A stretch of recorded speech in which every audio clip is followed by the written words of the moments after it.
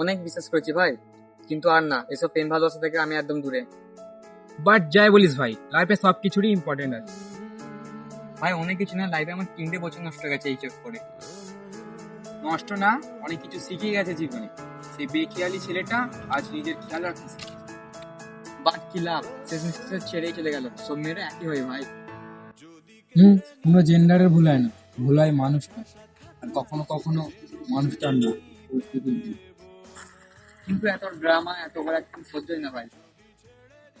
কিন্তু তোর মনে আছে 3 বছর আগে বাইকের ইন্ডিকেটর অন না করেই তুই রাস্তা পার হতে যাচ্ছিস।